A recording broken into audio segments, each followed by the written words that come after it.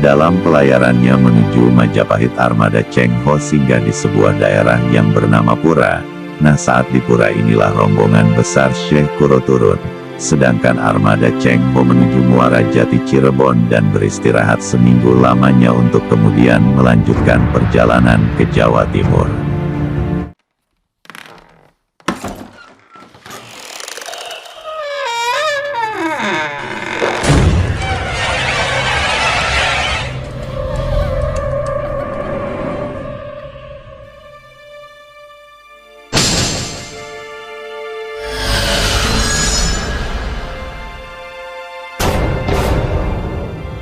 Syekh Hasanuddin tinggal beberapa lama di Pura Karawang di bawah kegiatan pemerintahan dan kewenangan jabatan dalam, masih bawahan Pajajaran. Karena rombongan Syekh Kuro tersebut sangat menjunjung tinggi peraturan kota pelabuhan, aparat setempat sangat menghormati dan memberikan izin untuk mendirikan musola, sekitar tahun 1418 Masehi, sebagai sarana ibadah sekaligus tempat tinggal mereka. Setelah beberapa waktu berada di pelabuhan Karawang, Syekh Kuro terus menyampaikan dakwah-dakwahnya di musola yang dibangunnya. Musola itu jika sekarang adalah Masjid Agung Karawang. Dalam berdakwah ajaran Syekh Kuro mudah dipahami dan mudah diamalkan.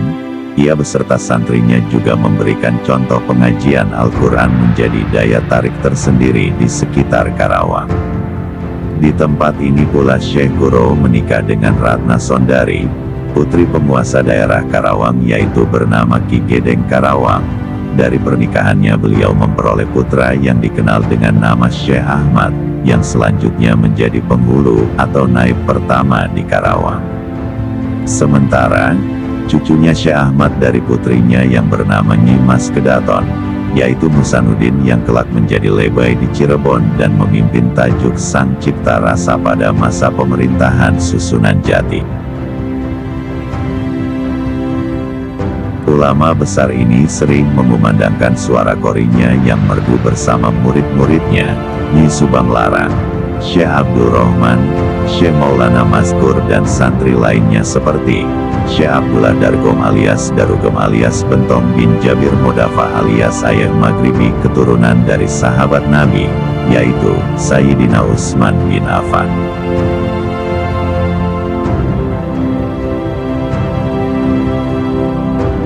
Berita kedatangan kembali Syekh Kuro rupanya terdengar oleh Prabu Anggalarang yang pernah melarang penyebaran agama Islam di tanah Jawa, sehingga Prabu Anggalarang mengirim utusannya untuk menutup kembali pesantren Syekh Kuro. Rupanya ketidaksukaan raja ini belum pupus terhadap ajaran Islam.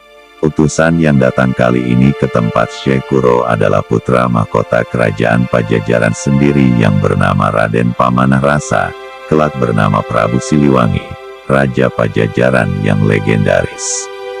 Sesampainya di pesantren tersebut, sang putra mahkota tersebut justru hatinya tertambat oleh alunan suara yang merdu yang dikumandangkan oleh Nyi Mas Subang Larang, dalam mengalunkan suara pengajian Al-Quran. Nyai Subang Larang bin Ki Gedeng Tapa adalah alumnus pertama pesantren Kuro dalam Karawang, pesantren pertama di Jawa Barat yang didirikan oleh Syekh Kuro tahun 1416 Masehi. Silsilah Nyai Subang Larang sendiri masih merupakan kerabat dekat kerajaan Pajajaran, sehingga mau tidak mau penguasa Pajajaran juga merasa serba salah menyikapi adanya pesantren ini. Apalagi dalam berdakwah pondok pesantren ini tidak melakukan kekerasan. Pendekatan dakwah pesantren adalah persuasif, damai, santun, dan cerdas.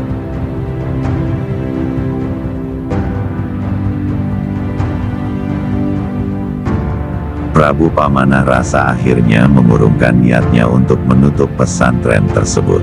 Atas kehendak yang maha kuasa, Prabu Pamanah Rasa menaruh perhatian khususnya pada Nyi Subang Larang, yang cantik dan merdu suaranya. Akhirnya Prabu Pamanah Rasa melamar dan ingin mempersunting Nyi Subang Larang sebagai permaisurinya. Pinangan tersebut diterima tapi dengan syarat mas kawinnya yaitu lintang kerti jejer 100, yang dimaksud itu adalah simbol dari tasbih yang merupakan alat untuk berwirid. Pernikahan ini membuktikan jika beliau Prabu Pamanah Rasa adalah Islam. Tidak mungkin rasanya tokoh sekelas Syekh Kuro akan mudah menikahkan Nyai Subang Larang sembarangan. Selain itu Nyi Subang Larang mengajukan syarat lain, yaitu agar kelak anak-anak yang lahir dari mereka harus menjadi raja. Semua permohonan Nyi Subang Larang disanggupi oleh Prabu Pamanah Rasa. Atas petunjuk Syekh Kuro, Prabu Pamanah Rasa segera pergi ke Mekah. Di tanah suci Mekah, Prabu Pamanah Rasa disambut oleh seorang kakek tua, tak lain adalah penyamaran dari Syekh Maulana Jafar Siddiq. Prabu Pamanah Rasa merasa kaget ketika namanya diketahui oleh seorang kakek itu. Dan kakek itu bersedia membantu untuk mencarikan Lintang Kertijejer 100 dengan syarat harus mengucapkan 2 kalimat syahadat.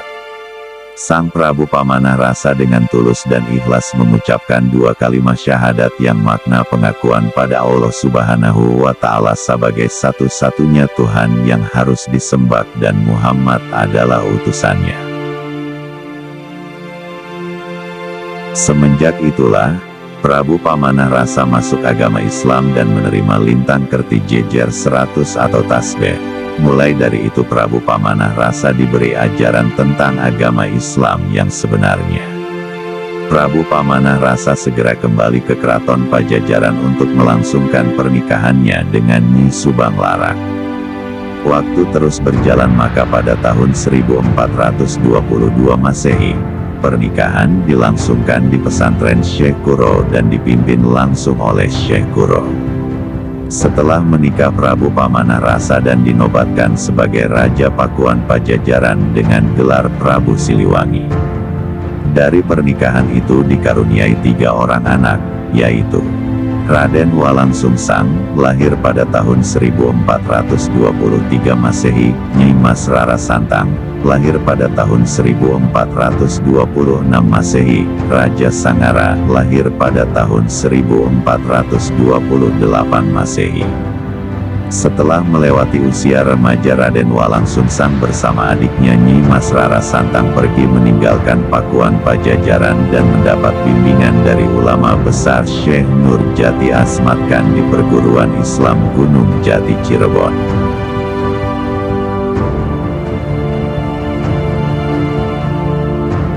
Setelah kakak beradik menunaikan ibadah haji, maka Raden Walang Sungsang menjadi Pangeran Cakrabuana dengan sebutan Baku Sangkan dan menikah dengan Nyi Mas Endang Gelis putri Pandita Ajar Sakti dan Warsi.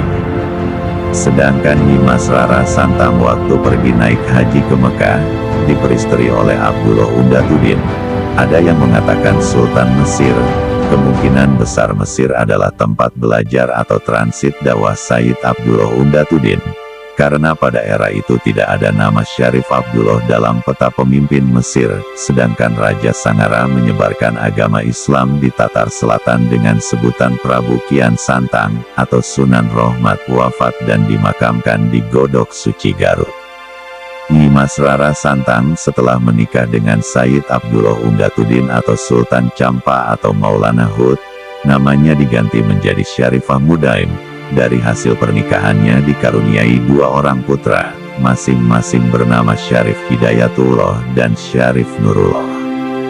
Abdullah Undatuddin sendiri memiliki beberapa istri, salah satunya adalah Syarifah Zainab atau Putri Campa binti Ibrahim Zainuddin Al-Akbar Asmorokondi. Dari Syarifah Zainab lahir Raden Fatah Asmat Khan atau Sultan Demak pertama. Artinya antara Sunan Gunung Jati atau Syarif Hidayatullah adalah satu bapak beda ibu.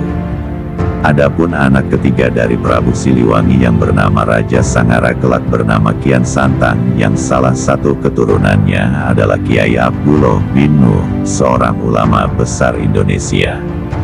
Kian Santang mengikuti jejak kakak-kakaknya untuk menjadi pendakwah. Namanya menjadi legenda di bumi Jawa Barat.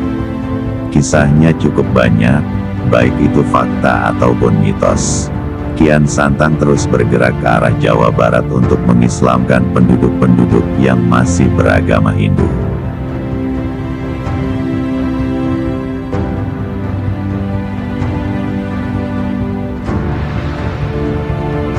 Sementara, ayahnya sendiri yaitu Prabu Pamanah Rasa atau Prabu Siliwangi masih sering menjadi perdebatan tentang agama yang dianutnya, apakah ia Islam atau Hindu.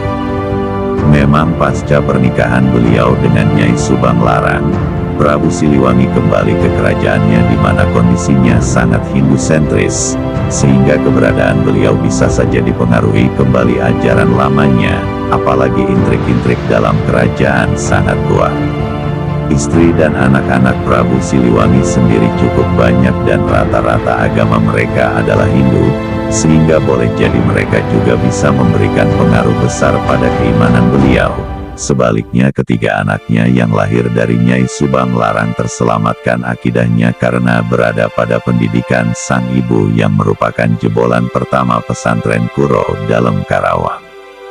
Ketiga anak beliau dari Nyai Subang Larang ini rupanya tidak kerasan di keraton Pajajaran dan mereka lebih memilih hidup dengan ibu dan santri-santri pesantren Kuro. Yang juga harus dikritisi, menurut saya tidak benar jika Kian Santang mengejar-ngejar ayahnya untuk masuk Islam. Apakah memang demikian? Apakah Islam mengajarkan paksaan? Saya rasa tidak. Sebagai orang-orang yang dididik oleh keluarga besar Wali Songo, saya pikir tidak mungkin Kian Santang memaksa ayahnya. Jika ditanya, cerita dari mana ini, apakah malah merendahkan Kian Santang sebagai seorang pendakwah? Kita tidak tahu masalah keimanan Prabu Siliwangi di akhir hidupnya. Namun fakta ia menikah secara Islam memang benar, karena ia menikah disaksikan Syekh Kuro dan juga para santri Syekh Kuro pada masa itu.